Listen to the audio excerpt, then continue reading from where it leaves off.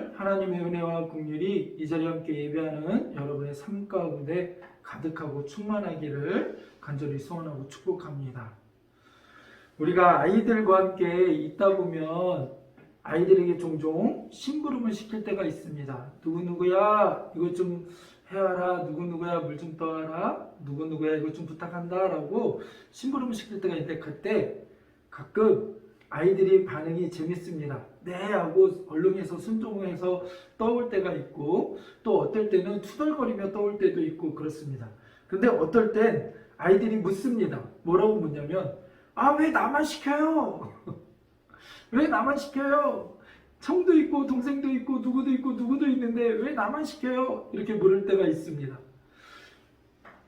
근데 여러분 만약 하나님이 여러분에게 그렇게 사명을 주시고 여러분을 부르실 때 여러분은 어떻게 반응하십니까? 하나님이 여러분을 부르시고 계시고 여러분 각 한 사람 한 사람에게 하나님은 분명하게 부르심의 소명이 있다라는 것입니다. 부르심의 사명이 있다라는 거예요. 하나님은 여러분을 분명한 이유를 가지고 여러분의 삶에 개입하고 계시고 여러분과 함께 하십니다. 그런 하나님의 부르심에 여러분 어떻게 반응하고 계십니까? 오늘 우리가 읽은 본문에 보면 모세가 하나님을 향하여 내가 누구이간데 도대체 내가 누구인데 하나님 나를 부르시고 나보고 가라 합니까? 이런 질문을 하나님께 던집니다. 오늘의 이 질문에 대한 이 답을 또한 이 질문이 때로는 순간순간 우리의 삶 가운데 우리가 하나님께 던지는 질문일 수도 있습니다. 어떻게 보면 가장 본질적인 질문일 수도 있습니다. 하나님 내가 누구이기에 하나님 봉사를 하고 교회를 나오고 내가 누구이간데 하나님 이 일을 하며 하나님 내가 누구이간데 공부를 하며 내가 누구이간데 세상 사람들과 다르게 살아야 합니까?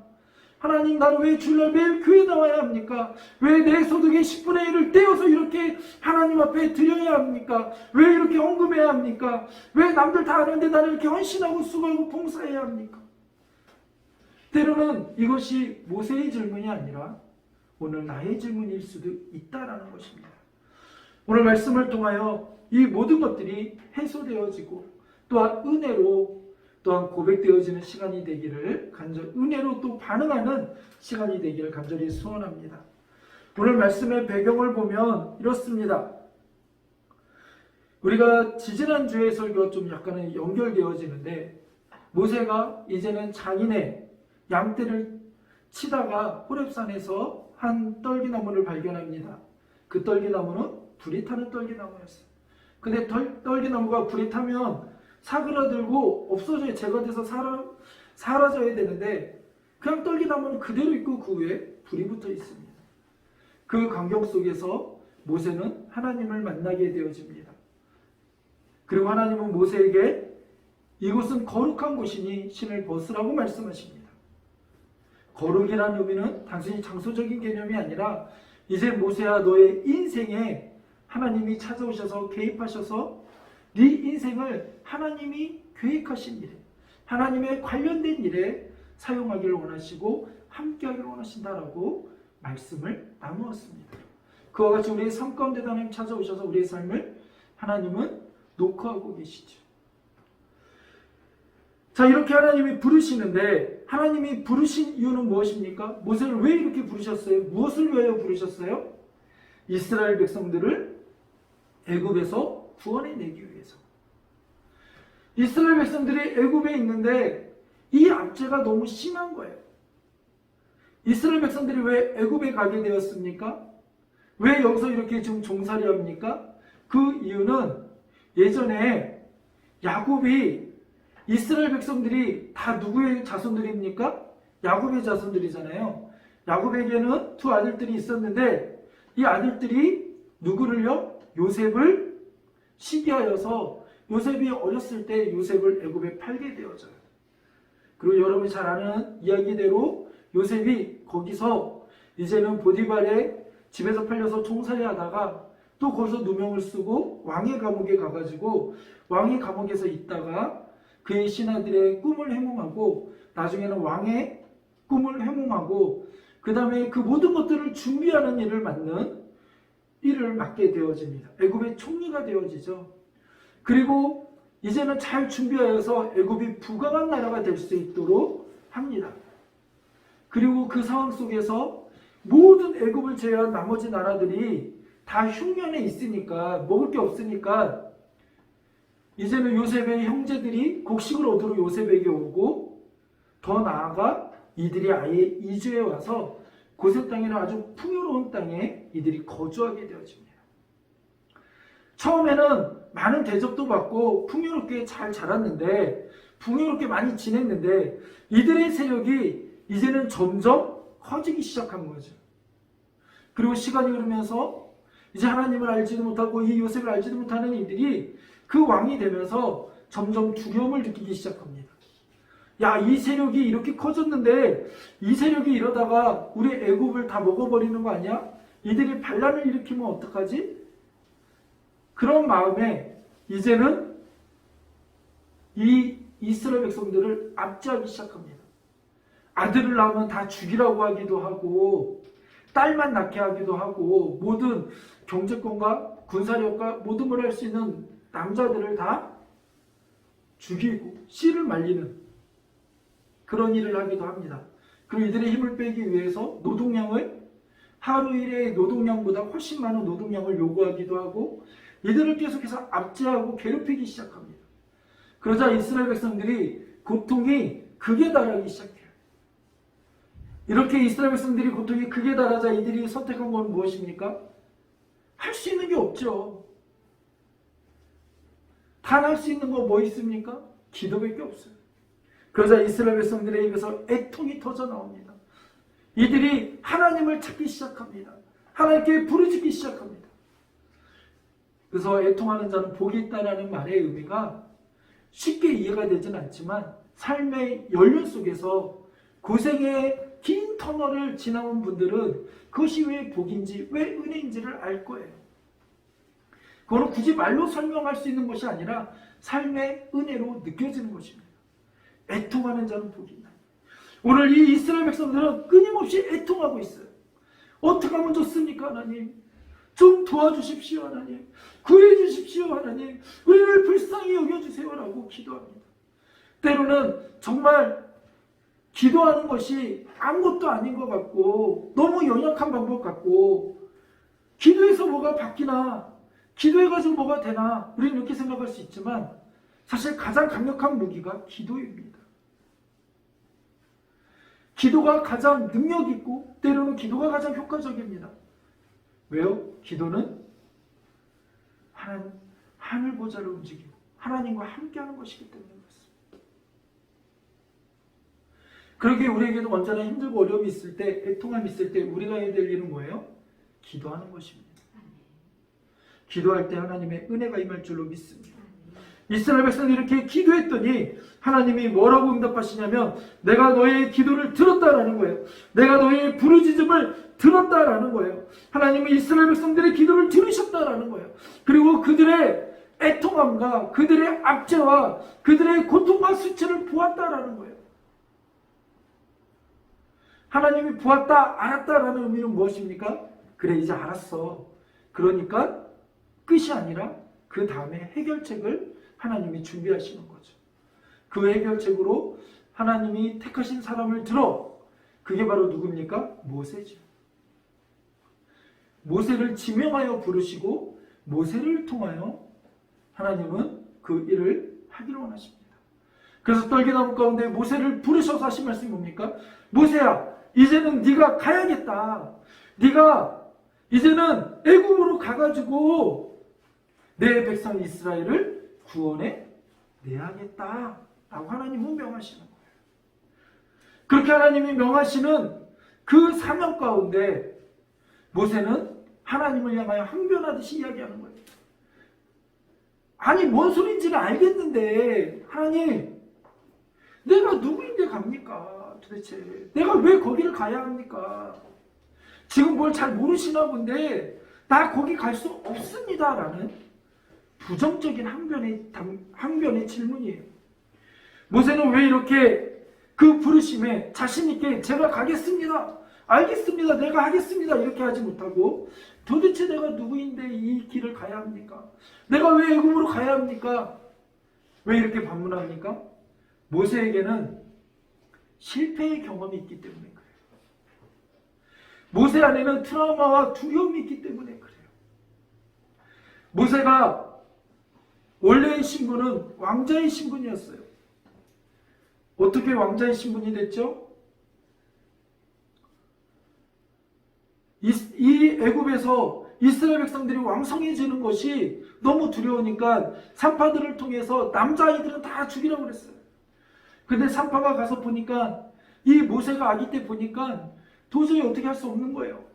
이 아이 뭔가 다른 것 같은 거예요. 그래서 숨겨서 이 아이를 키웠어요. 근데 한계가 있지. 점점 아이가 커가고 하니까 이 아이를 어떻게 할 수가 없는 거예요. 그래서 바구니에 역청을 바르고 마치 방주를 만들듯이 바구니에 물이 들어오지 못하게 역청을 바르고 그 다음에 거기에 모세를 넣고 나일강에 띄웁니다. 강에 띄워요. 그리고 어떻게 되나 그걸 바라봅니다. 그때 그 마음은 어땠을까요? 부모의 마음은 장난이 아니었을 거예요. 그죠? 근데 그것이 자연스럽게 애굽 바로왕의 딸에게 그것이 전달되어지고 그것을 본 순간 이거를 버릴 수도 있고 죽일 수도 있고 여러 가지 반응이 있지만 하나님은 그 마음을 움직이시고 만지셔서 그 공주의 마음에 궁유의 마음을 주셔서 자신의 양자로 데려다 왕궁에서 키워요. 그래서 모세는 어린 시절 애굽의 왕궁에서 왕자들과 같이 왕자의 모습으로 그렇게 큽니다. 그렇지만 이 모세가 환경적으로는 그렇게 크지만 그의 엄마가 유모가 되어서 그가 누구인지 그가 히브리인인 것을 분명하게 알려줍니다. 그리고 그가 자라면서 이제는 밖에서 보니까 자신의 형제인 히브리인들이 애굽의 사람에게 어려움을 당하는 거예요. 괴롭힘을 당하는 거예요. 그러자 모세는 혈기와 그 마음을 가지고 애굽 사람을 때려 죽입니다. 그리고 모래에 숨겨요. 아마 그날은 뿌듯했을 거예요. 그래도 내가 우리 형제를 구했다. 뭐 여러 가지 마음으로 뭐 여러 가지 생각이 있었을 거예요. 아니면 뭐 두려움이 있었을 수도 있고 그냥 이거는 추측만 해볼 뿐입니다. 근데 그 다음날 이튿날 어떤 일이 벌어지냐면 가봤더니 이제는 같은 히브리인끼리 같은 이스라엘 사람들끼리 싸우는 거예요. 같은 이스라엘 사람들끼리 싸우는 거예요. 그러니까 니네 왜 싸우냐 도대체. 지금 니네가 싸울 때냐. 같이 마음을 합해서 서로 위로하고 이 어려움을 이겨나가야지. 왜 이렇게 싸우냐. 그럽니다. 그랬더니 반응이 어떻게 나오냐면 맞아요. 제가 이러면 안 되죠. 우리끼리 서로 사이좋게 지내야죠. 우리 사이좋게 지내자. 미안하다. 막 이래야 되는데 반응이 더 공격적으로 나옵니다. 야, 우리가 언제 너를 우리의 재판장으로 삼았냐? 네가 우리의 지배자냐? 네가 우리의 왕이냐? 쉽게 얘기해서 네가 뭔데? 네가 뭔데 우리한테 이러라 저래라 하느냐? 왜? 우리도 말 안 들으면 때려 죽이려고? 너 어제 애굽 병사 너 애굽 사람 때려 죽였잖아. 너 그것처럼 우리도 죽이려고? 이러면서 돌아온 것은 무엇이었어요? 오히려 조롱감. 그 다음에 이 모든 것들을 배척하는 마음이에요. 그것으로 인하여 오히려 그들을 도와주려고 했던 모든 것들이 다 들통나버리고 그것으로 인하여 모세가 도망하게 되어지고 지금 광야에서 그의 장인 이드로의 양을 치고 있는 거예요. 완전 신분의 반전이 일어났고 그는 지금 도망자의 삶을 살아가고 있는 거예요. 그러니 모세 입장에서는 어땠을까요? 가히 짐작이 갑니다.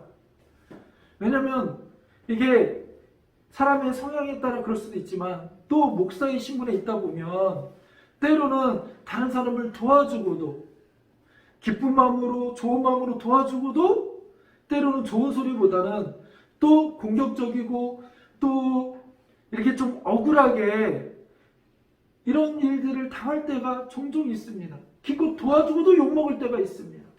그럴 때는 정말 속상해요. 근데 모세의 마음은 어떨까요? 비교할 수도 없겠죠.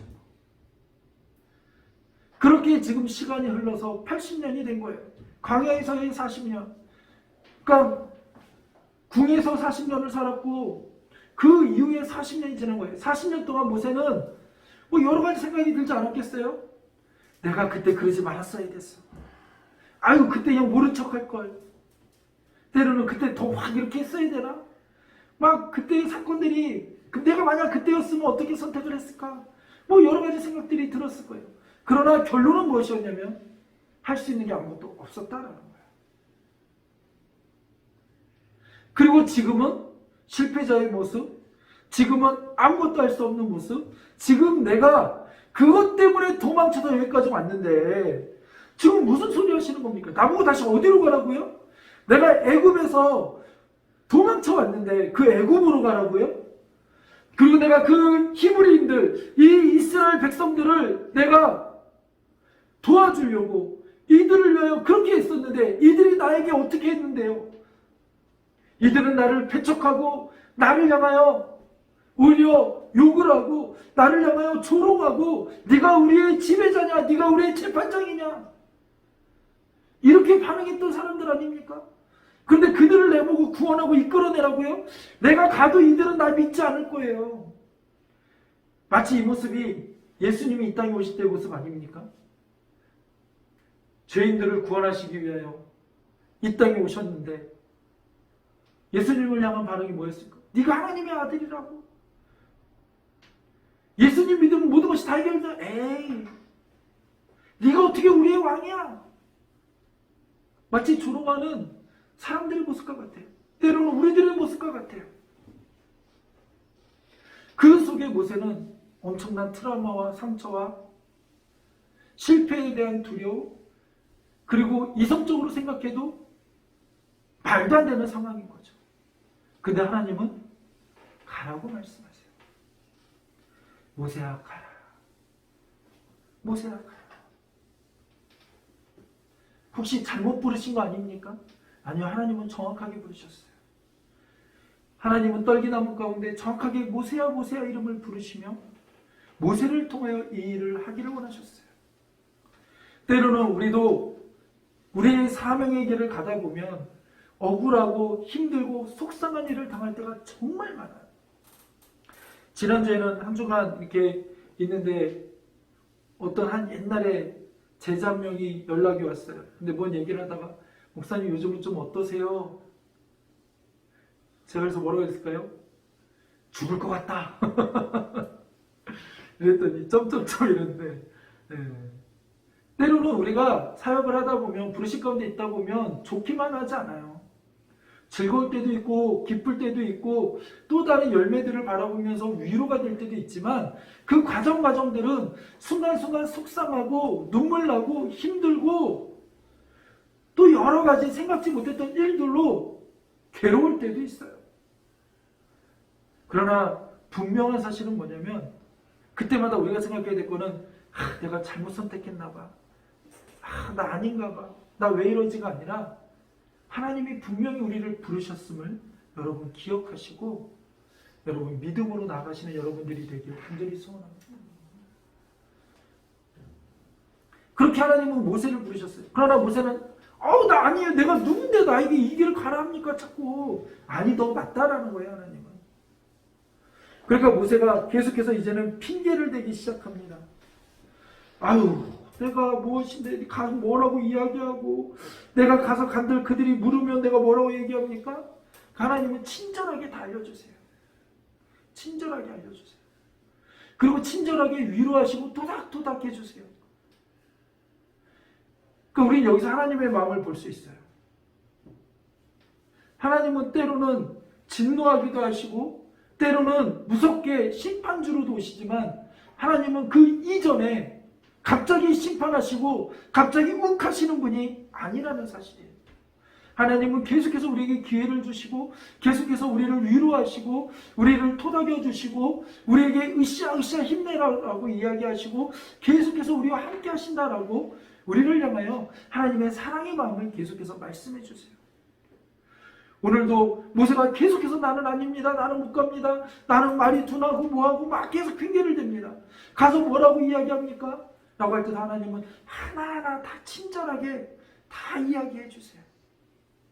모세야, 걱정하지 마. 만약에 네가 뭐 할 말이 없니? 그리고 너 가가지고 뭐 어떤 얘기를 해야 될지 모르겠니?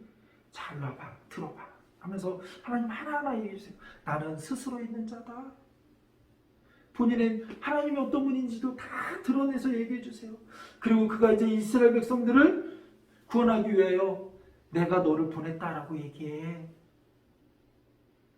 그리고 그 증표로 이제는 보면 그 다음 성경을 읽다 보면 어떤 사건들이 나옵니까? 지팡이로 하나님의 능력의 일들을 베푸는 일들을 봅니다. 하나님이 그 일을 감당할 수 있도록 무엇도 주세요? 능력도 주세요.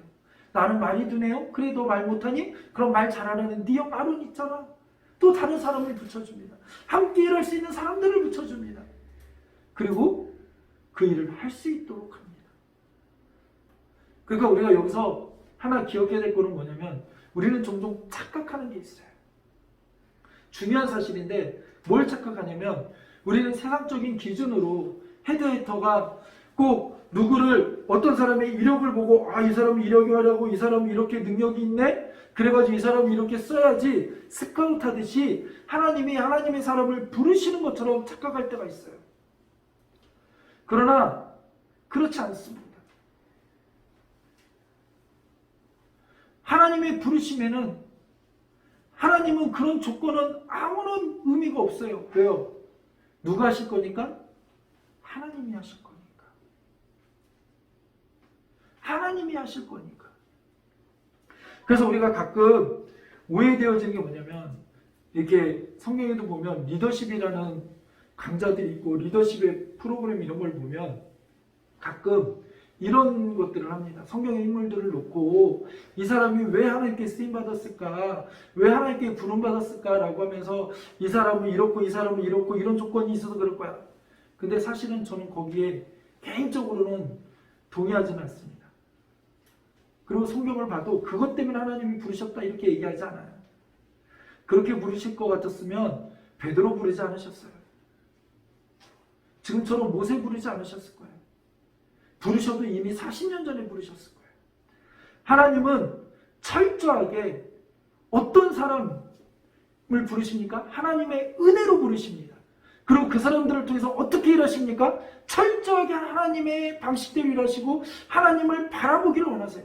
우리가 아무런 능력이 없고 힘이 없고 더 이상 나의 힘으로 뭔가 해보려는 게 아니라 그 힘이 쭉 빠진 사람. 지금 모세처럼 40년 전에는 자신의 힘과 권력과 능력으로 애국 사람을 죽이고 자기 히브리인들을 뭔가 어떻게 좀 구해볼까 어떻게 좀 도와줘볼까 하는 자신의 그 힘과 열정과 투머치한 이 모든 것들을 오히려 힘을 빼기를 원하세요. 왜 그럴까요? 그러면 하나님의 의가 드러나지 않기 때문에 그래요. 그래서 하나님은 아브라함을 부르셔서 자녀를 주실 때도 그렇게 인간적인 방법으로 얻었던 다른 자녀들 다 아니라고 이야기하는 거예요. 이스마엘 아니라는 거예요. 그리고 하나님은 힘을 빼세요. 그리고 결국 고백하게 하세요. 내 힘으로 한 게 아니라 누구예요? 하나님의 힘으로, 하나님의 능력으로, 하나님의 은혜로 했구나라를 고백하게 하세요. 내 어떤 조건 때문에 하나님 부르신 거 아니에요. 하나님이 그런 조건이 없어서 우리를 부르신 게 아니에요. 이 천지를 말씀으로 선포하신 분이 그까지 능력이 필요해서 부르셨겠어요? 하나님이 필요하시면 선포하시면 되는 거예요. 그거는 그 능력이 하나님 앞에 쓰임받는데 내 조건이 아니에요. 그것 때문에 나를 부르신 게 아니에요. 모세를 부르신 게 아니에요. 하나님은 철저하게 하나님이 하세요. 그렇기 때문에 철저하게 하나님을 의지하고 붙드는 거예요. 그래서 우리의 싸움도 뭐냐면 결국은 내 모든 힘을 다 내려놓고 내 모든 명철을 내려놓고 하나님을 철저하게 붙들고 때로는 바보처럼 하나님의 말씀이라면 순종하는 거예요. 누가 그렇게 했습니까? 성경의 인물들이 다 그렇게 했어요. 특별히 이스라엘 백성들이 어때요? 전쟁 치르는데 어때요? 여리고서 그냥 돌을 해요. 말이 됩니까? 싸우는 백성들이 돌기만 해요? 근데 그게 하나님의 방법이에요. 그대로 순종할 때 역사는 일어납니다. 모세도 역시 마찬가지. 하나님 부르실 때 타이밍을 잘못 맞춘 것 같아요. 좀 40년 전에 오시지. 그럼 좀 더 잘했을 텐데. 아니요. 하나님의 계획은 지금이 적절한 타이밍이에요. 가장 좋은 타이밍이에요. 뭐 하기요? 하나님이 일하시기. 그리고 하나님이 이야기하세요. 모세야, 내가 너와 함께 할 거다. 이게 포인트예요. 그렇기 때문에 네 혈기가 아니라 하나님의 뜻과 의가 드러나기를 원한다. 너를 통하여 그 거룩함이 드러나기를 원한다. 오늘 이것은 하나님이 우리에게 주시는 중요한 도전이고 메시지입니다.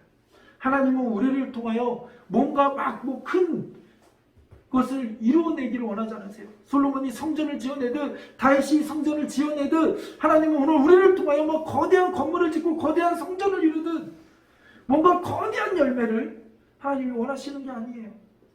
그것은 하나님의 말씀 안 하면 끝나요. 성전아 있어라, 건물아 있어라, 말 한마디면 끝나는 것들이에요. 근데 하나님은 그것이 아니에요. 하나님과 함께 동행하면서 하나님과 함께하면서 거룩하게 구별되어진 그 사명감을 가지고 한 발 한 발 나아가기를 원하시고 그런 삶을 살기를 원하시고 그 삶 가운데 하나님이 동행하기를 원하시고 그 삶 가운데 하나님의 의가 드러나고 하나님의 영광이 드러나기를 하나님은 원하시는 거예요. 그렇기 때문에 우리는 때로는 너무 성과 위주의 성과 중심으로 모든 것들을 판단하고 성과 중심으로 모든 것을 바라보면서 나는 실패했어, 때로는 나는 아직 안 되나 봐, 그것 때문에 좌절하거나 우리의 마음이 무너질 필요가 없다라는 것입니다.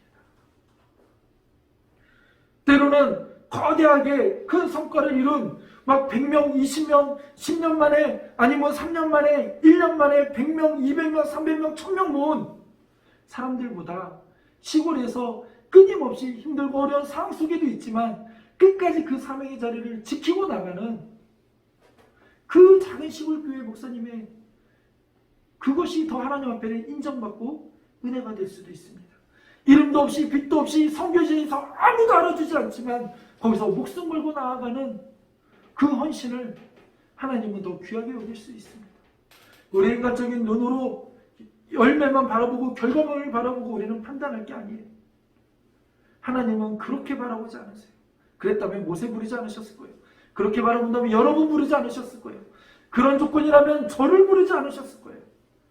그러나 하나님은 본인이 하시기 때문에 그게 중요한 게 아니라 하나님의 부르심에 어떻게 반응하고 또 나의 생각을 내려놓고 어떻게 하나님께 집중하느냐, 그것을 하나님 원하시는 거예요.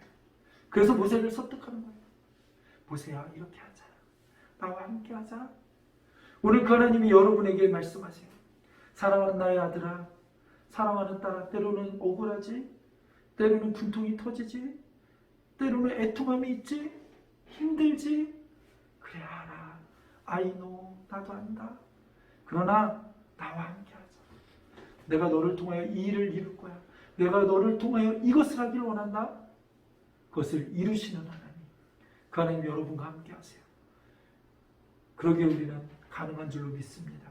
내 능력이 아닌 주님이 주시는 능력으로, 주님이 주시는 은혜로 이 모든 것들을 감당하며 나가는 여러분의 삶이 되기를, 또 오늘 우리의 삶이 되기를, 하나님의 거룩한 삶이 되기를 간절히 소원하고 축복합니다. 기도하겠습니다. 하나님, 때로는 우리의 삶 가운데 힘들고 어려움이 있습니다. 두려움이 있습니다. 애통함이 있습니다. 때로는 억울함으로 어떻게 해야 될지를 모를 때가 있습니다. 답답함이 있습니다. 눈물을 흘릴 때도 있습니다. 하나님, 그때마다 하나님 우리를 품에 안아주시고 위로하여 주시는 하나님, 다시 우리를 일으켜 세워주시는 하나님 감사합니다. 하나님의 부르심에 아버지 하나님 아멘으로 응답하며 아멘으로 화답하며 나의 힘을 빼고 온전히 하나님께 집중하며 순종하며 나가는 오늘 우리들의 삶이 되게 하여 주시옵소서. 공고하고 힘들고 어려운 가운데 있는 이들이 있습니까? 오늘 하나님의 위로하심이 있게 하시고 하나님의 토닥임이 있게 하여 주시고, 또한 이제는 하나님과 통행하며 다시 한번 믿음으로 한 발 한 발 그 사명의 길을 갈 수 있는 우리들이 되게 하여 주시옵소서. 아직도 하나님의 부르심이 뭔지 무엇인지, 때로 하나님의 부르심에 아버지 하나님 반응하지 못하는 우리들이 있다면 아버지 하나님 용서하여 주시고 불쌍히 여겨주시고 긍휼히 여겨주시고 아버지 하나님 만나주시고 말씀하시는 하나님 앞에 귀를 열고 들을 수 있는 우리들이 되게 하여 주시옵소서. 예수님의 이름으로 축복하며 기도드렸습니다.